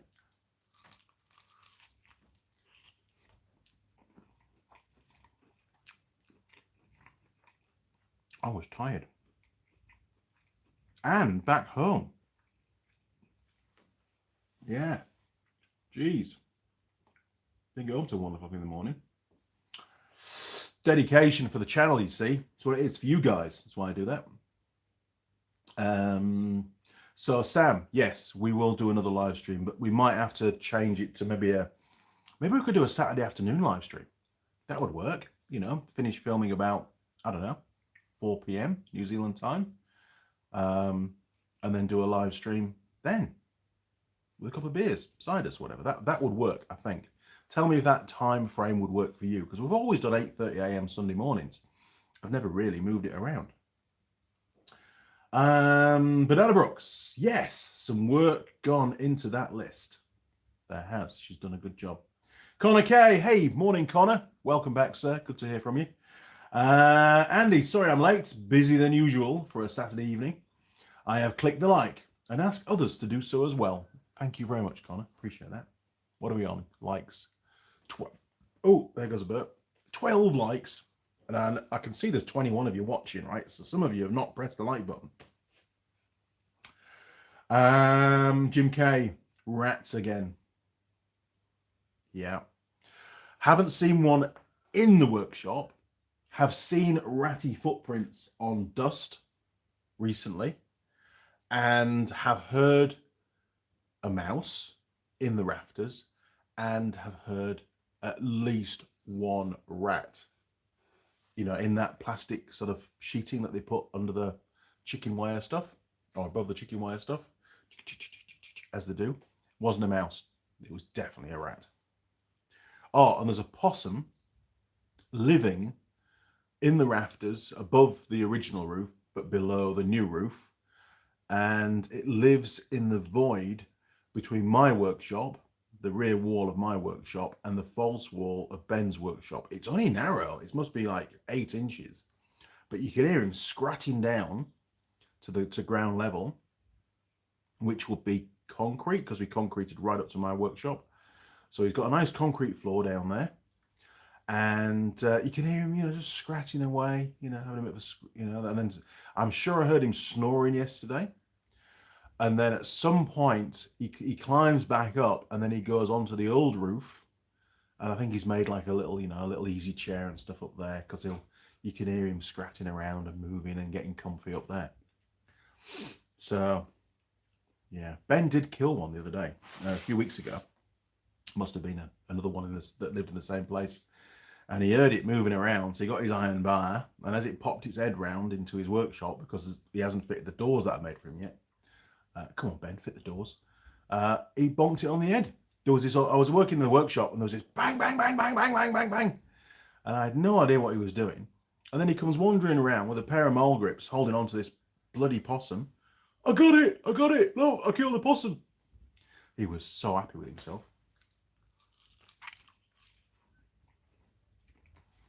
But we've got a new one now. Anyway. Purple monkey. Not a cute little mouse. So there was a little mouse. You saw the little mouse in the second video the band saw. Thanks for the segue. You just reminded me. Clearly, there was something wrong with that little mouse, right? Because they don't just sit there and let you film them like that and give them a little, you know, it doesn't happen. They're like, boom, gone. So anyway, I put him in, after they filmed it, I put him in a little box, took him outside and put him on the retaining wall top, you know, under the side port. You know, out of the sunshine, he can sit on there for a bit, chill out, do whatever. And then I noticed when I locked up that night that he'd gone. And I'm like, oh, maybe he's all right. Maybe he's sort of come round and he's wandered off, found somewhere to live. Anyway, the next day when I came to open up, I noticed he had moved. He was in the dirt, and he passed away. Yeah. So at least we filmed him, right? He's gonna live on YouTube now. He's there forever on YouTube on that video. I don't mean, who knows? I might pop the same rushes into another video in the future just to give him a reminders all of the little mousey. So anyway, I picked him up with some pliers and took him up the garden and found him somewhere to rest. Poor little mouse. John Nuttall, Andy, don't let money hold you back. The bank has loads. I like that advice. I'll pass that on to Mrs. Mechanic and see what she says. Thanks, John. Simon, yes, I've had my carbs stripped for 5 weeks now. Fully stripped, off the rails. Just got them in the Sonic tank today, so you have one on me now. Classic. Legacy. Oh, Legacy 08N. Good day, Andy. Well, good morning, Legacy. Legacy says, I'm considering installing an old man emu lift kit for my Jimny 4th generation. Oh, I've done that. There's some videos on it. Now, just got to stabilize my pie.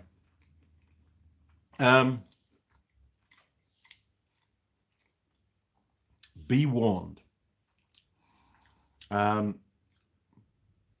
We have two, well, in the family, we have two little Gen 4 chimneys.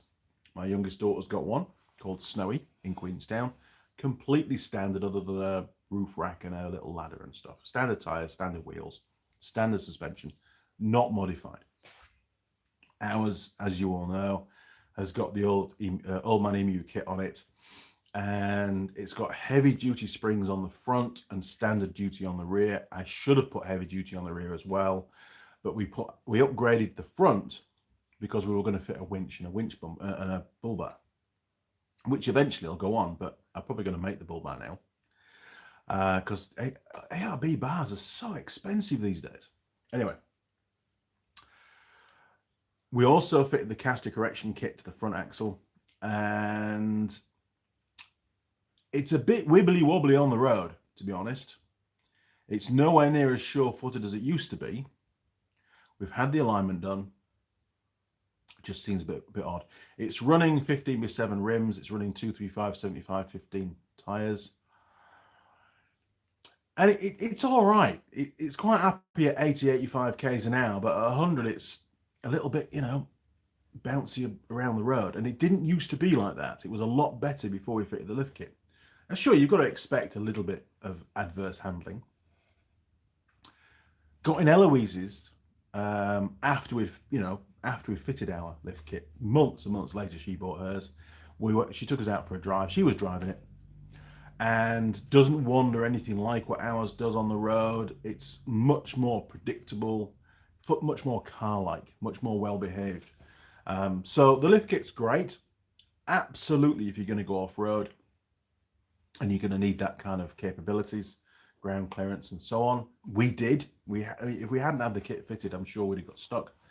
But just be aware, the handling will change significantly on the road, and you can't drive as fast, basically.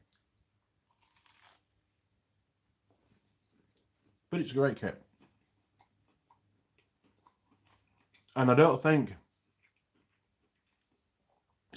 whatever brand of suspension kit you fit will make much difference.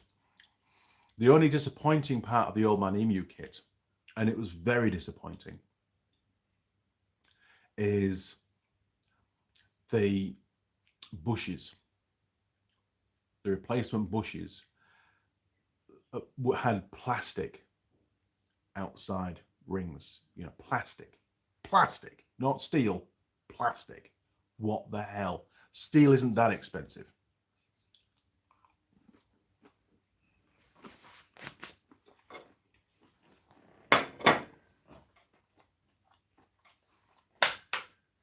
So very disappointed with that. But overall, it wasn't really a case of doing it just for a bit of fun. It was a necessity. We had to fit the kit. It needs the heavy duty springs in the rear. Will that help with the handling? Maybe, it may do, actually. I don't know. But when it's loaded up, especially with a trailer on it, it sits low at the back. It looks ridiculous. When we're doing the monkey bike trip, you'll see the videos, and it looks massively overloaded. It needs those heavy duty springs on the rear. I'll price them up. They're easy to fit. We'll get around to it at some point. Oh, and the rear bump stops. Good luck with that, honestly. Ridiculously stupid design, Old Man Emu.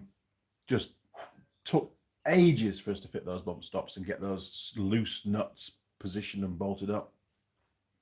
They need to improve that. They really do.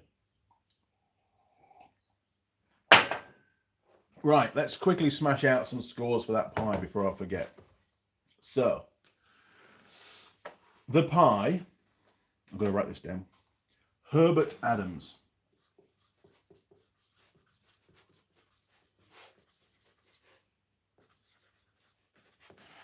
And I'm just going to put, we're going to put the full title, aren't we, I suppose. Chunky. Sorry, this is bad video. Sous vide. Beef. Oh, there's a burp. Remember that one. In rich gravy. It was actually quite tasty. but there was a bit of gristle as well. Okay, so taste stroke flavour. This is the contents, not the pastry. It was tasty. I'll give it an 8. It was all right. You know, it didn't say it had cheese in it. It didn't have cheese in it. I probably could have done with a nice bit of cheddar. Aged cheddar in there to be good. Structure fall apartness. Well, it did lift on the lid in a couple of places, but it didn't really affect the consumption of the pie. It didn't break up. It's not going to get full marks. I would say I'll give it an 8. Again, it could. There was room for improvement, and there was one bit where I had to eat extra bits, you know, because they were breaking off. Runnability check. Oh, we didn't do that. Would it have? I think it would have oozed a little bit, actually, based on how I was eating it and the amount that oozed out when it got squished. I'll give it a 7 for that. We've just got to give it a score, right? 7. Meat quality. Well, there was gristle, so it's not full marks. It was only mince. It wasn't nice chunks of beef. I'm going to give it a 7 again for that one. I think that's fair. Pie to crust ratio was pretty good, actually. The pastry wasn't over thick. The pastry was all cooked. There was no gooey pastry. So I'm going to give that. I'll give it a 7 again, actually. I think 7 must be a 7 and 8 day today. Available logistics, only available at the supermarkets, I believe, which means you can order them online. But there's no pie shops, there's no petrol station stuff. So in your everyday kind of travel, you don't really have access to them. You've got to warm them up as well because they're in the freezer aisle.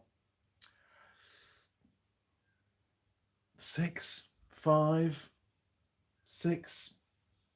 Can't eat it immediately, which is most of the time when you eat it. I'm going to give it a 5. I think it's only in one supermarket brand, which is Woolworths, and you can't eat it straight away. Oh, and you've got to buy 2 as well. Another downside. Pastry taste rating. Pastry was just bland pastry. It'll get a 7 for that. They could have put some nice herbs or something on there. Still tasty when cold. It'd be all right.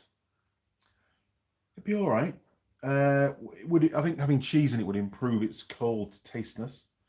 I will give it a 6. 6, I think.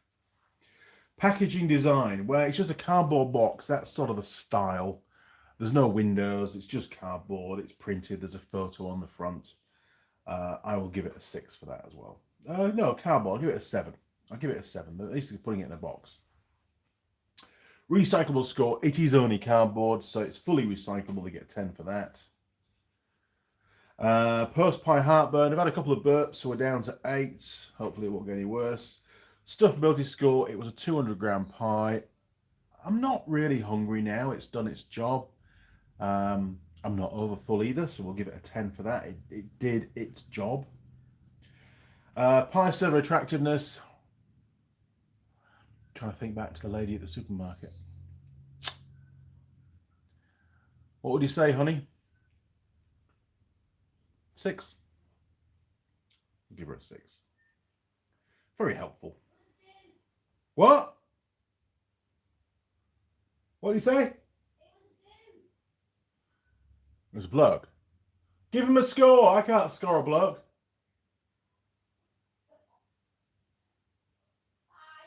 5. Okay, we'll give the bloke a 5. Okay, let's do some sums and then I can have a cigarette. Turn around, 3, 2, 1, boom. Okay. Oh, I do like live streams. I know it's not the thing of the masses, but you know, it's not always about that, is it? Different motives for live streams. Okay, so sums. 16. Geez, 23, 30, 37, 42, 49, 55, 62, 72, 80, 90, 95. That's actually not a bad score, really. Let's go and see where that ends up on the wall.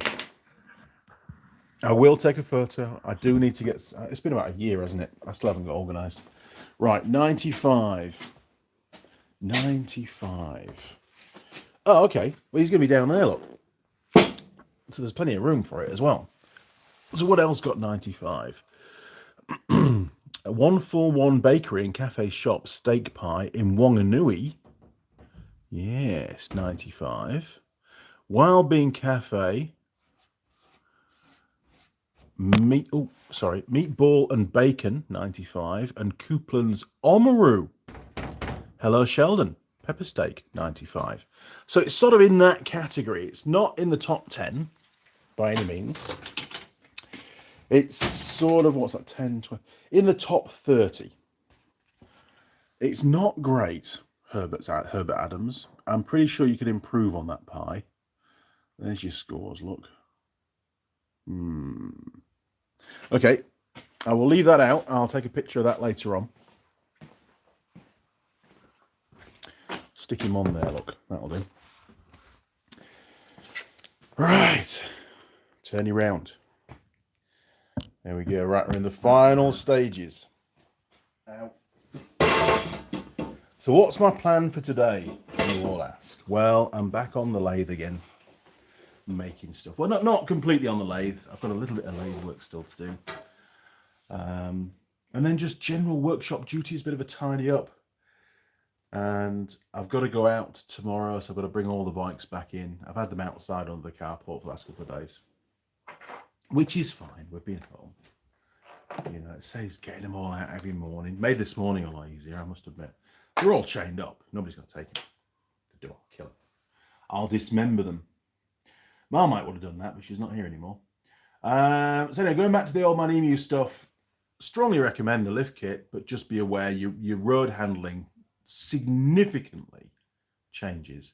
And I'd suggest as well getting that lane departure thing permanently turned off, or at least, if they can, desensitized, you know, so it's nowhere near as sensitive.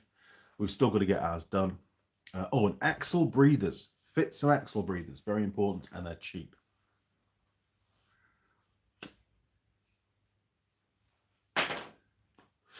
I need to fit axle breathers. Eloise has got them on hers, on Snowy. They fitted them during the PDI, but no. Poo Turtle, as we call ours. Mrs. Mechanic calls it Pootle, but I call it Poo Turtle. It requires axle breathers fitting, and it probably is going to need the axle oil changing as well, to be fair. I'll have to check that. I need to get it in the workshop and give it a once over. Simon, love the look of them round humbug tanks. It was a cool bike. It was a little bike, but it was cool. I love that little bike. Legacy, and I've seen your video of it. Cool. Excellent. Simon, still showing last tax 95. Wow. Cyril, 95 last taxed. That would make sense.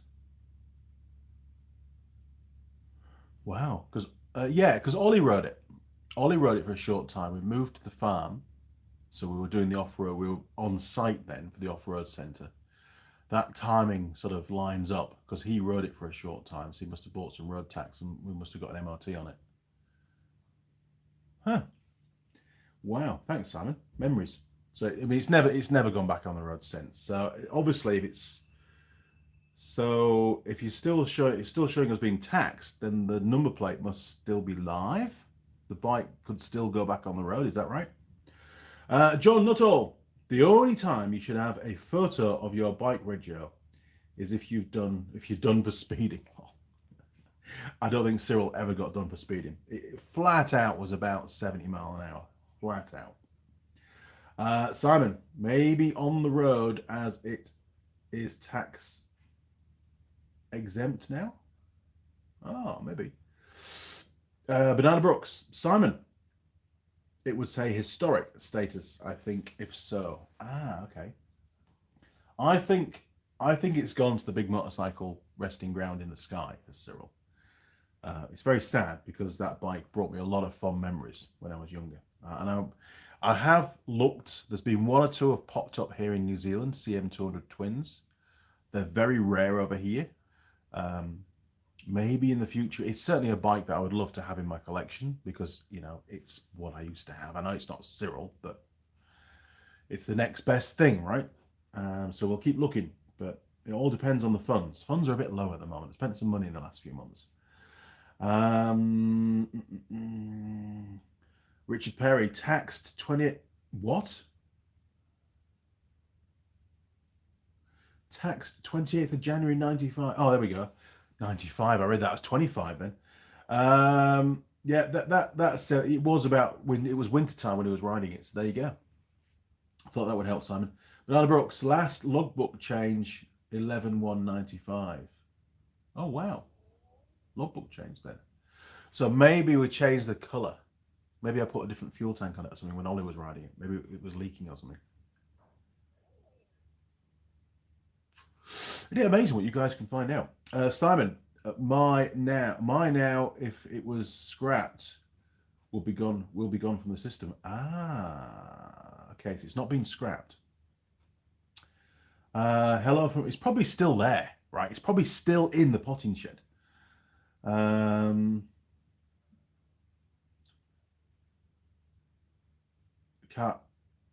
can say Miranda. Hello from Brazil. Hello, Brazil. Welcome to my workshop here in New Zealand. Great to have you on board. Banana Brooks, possum curry. No, I'm not eating possum. No, not going to happen. Where do we get to? Simon, think I'd have dispatched that poor mouse. Yeah, poor little mousey. Roger Heaps, check the new rules around bull bars. Driving 6-litre V8 with horse float to get the hoist. Wondering what that's going to cost. It's going to cost you a fortune, Roger. It is. An arm and a leg, basically. But it's good fun. Drive safe. Bull bars, rules. Hey, it's going to get a bull bar, whether the rules like it or not.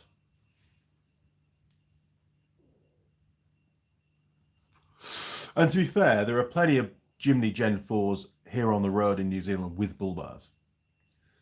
All of our vehicles in England, apart from the double cab, the Nissan D21, D22, that didn't have a bull bar. But everything else had bull bars. Everything. And we used them many occasions. Not for bulls, by the way, but for other things that were in the way. Simon, see Andy, you're a 10, so he's a 5. You're winning. Right, okay. I don't know what you're on about, but that's fine. I'll go with a 10. Thank you very much. John Nuttall, why do you have bikes of a brand we cannot see in your home? Are they your own? Yes, they are my own, and I am a huge fan of that brand and always have been. I mean, we had a fleet of quad bikes in the UK, 40 plus, probably nearing 50. 2 of them were Polaris, the Sportsman X2s, the 2-seaters. They were good bikes from a design perspective. Build quality was shocking. CVT drive system was shocking. Electrical system was shocking, very poorly designed, lots of electrical faults. But when they were running right, they were very capable off-road, very capable on the road because they were road registered. They were good bikes. Mrs. Mechanic loved those bikes. She rode, her and Auntie Melly, a friend of hers, rode from where we lived on the North Yorkshire moors all the way through the Yorkshire Dales on those 2 quad bikes, all the way to the Lake District on those bikes, and then all the way back again in a week. They had a fantastic trip. Really did. Put all the camping gear on and great fun. And we used to use them for what we called ATV tours, which was different to our normal quad bike sessions. And it was designed for families with young children. So the kids could sit on the back of the quad bike on the, co-pilot seat. And it was a proper seat with a back on it and everything. It was really good. And then mum and dad could do the riding. And then an instructor would go on one of our instructor bikes. And because they were fully road legal, there was no limit to where you went. So it was more of a sightseeing, gravelly, roady type, little bit of puddles and mud, but nothing too adventurous kind of a trip. And those bikes, there was a half day, I think, and a full day from memory. I'll have to check my records. But they would often cover on a full day 130 miles. And that's good going. and that's back roads and gravel roads and stuff. I remember going to Whitby on a number of occasions to go and pick Ben up from school. We'd pick him up from school and then go down to Whitby for fish and chips and then go home. You know, they were quite capable on the road. They went pretty well. We de-restricted them all and everything. Totally illegal, obviously, for road use, but they went pretty well for what they were. And they were silky smooth to ride. You know, the suspension was great. But not many manufacturers make official two-seater quad bikes. And they were official two-seater quad bikes. And you could fold the rear seat up and have a tray at the back, which was pretty damn cool. Very versatile. Now then, where do we get to? But yes, they are all mine, and Ben's got some of the same brand that I can't mention. Mrs. Mechanic's got some of the same brand that I can't mention, which is a real shame, because prior to this current employment, there were lots of videos going out doing repairs to that brand. But that will happen again at some point in the future. Now then, Simon, it may still be sitting in a garage somewhere. It probably is.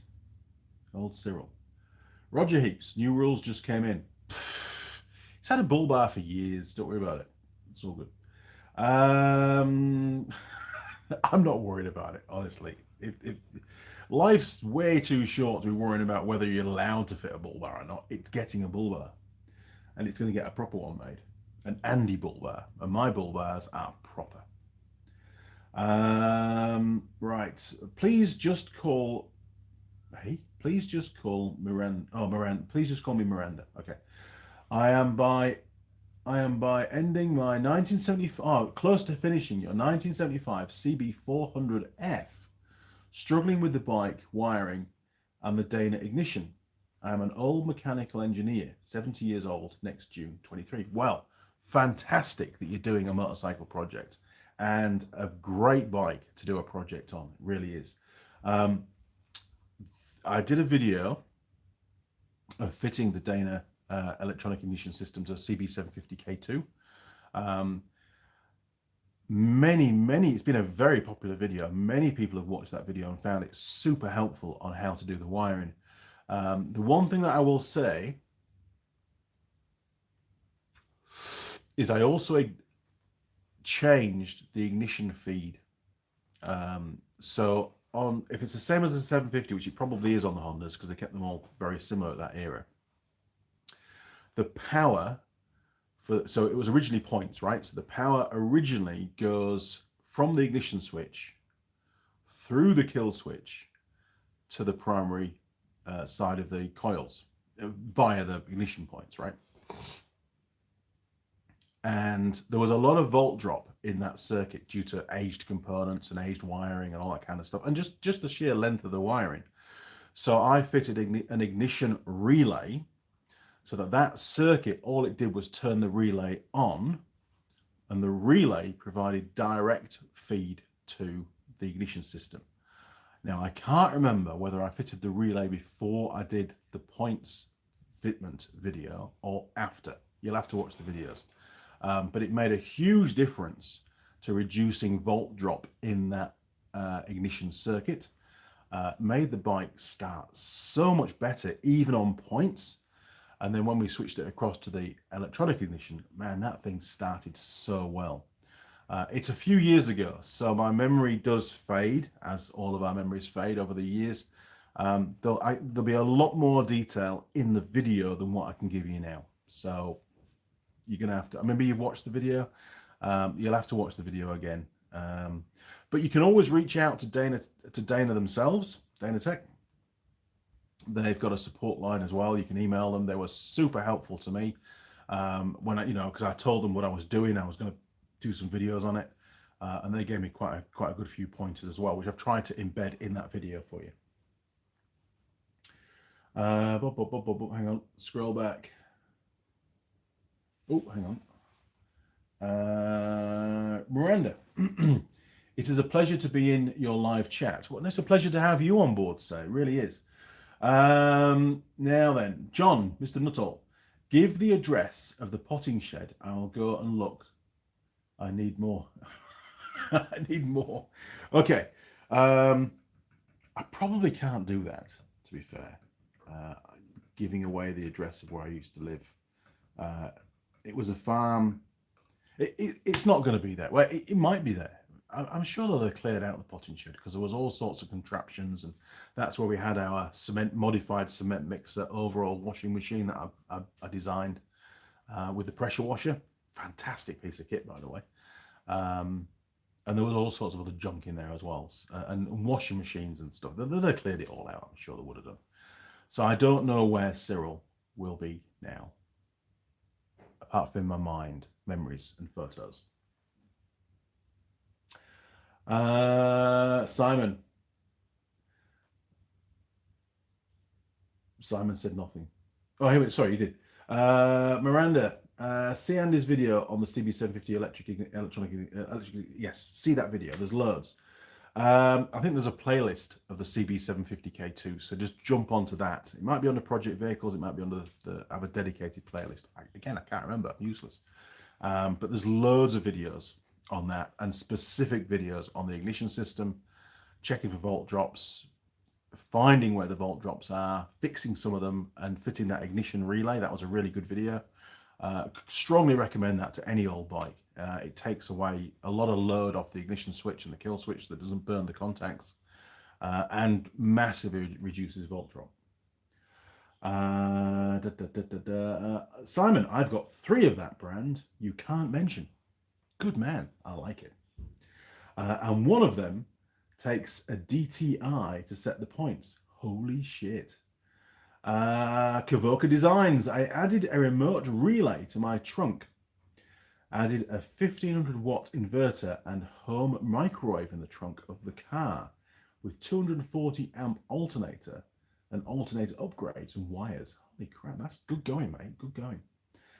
Hit the switch, car starts, microwave turns on, and countdown. Just leave the sub in the microwave. Miranda, I will watch the video again. Thank you very much. No problem at all. No problem. Very, very happy to help. Bill. Here we go. Bill is going to call in at where I used to live. Thank you, Bill. I really appreciate it. Now, Bill knows the configuration of the property. I'm sure he can have a chat with the people that are living there now. So, Bill, if you go into the back garden, if you're allowed, go into the back garden. You remember the potting shed? I'm sure that the clothesline will have gone now because they won't want that. And I'm sure the treehouse will have gone. But if you go into the old potting shed, as you go through the door, on the right, under a tarpaulin, should be Cyril. Let me know if he's still there. And if he is, can you please send me a photo? That'd be really, really cool. And if he is still there and the owner's happy, would you uplift the bike and give it a safe home? That would be phenomenal. I mean, I'm more than happy for you to look after it and do whatever you want with it. There's no way I could ever get it to New Zealand, but, you know, at least it would have a good home and somebody that I know would look after it. Now then, that is amazing. Really appreciate it, Bill. Really, really do. Kavoka Designs, I nearly got fired at work for running on brake, so I made my own kitchen in my car lot. Now that's ingenious. I like it. Oh, something came in. Let's see what this is all about. What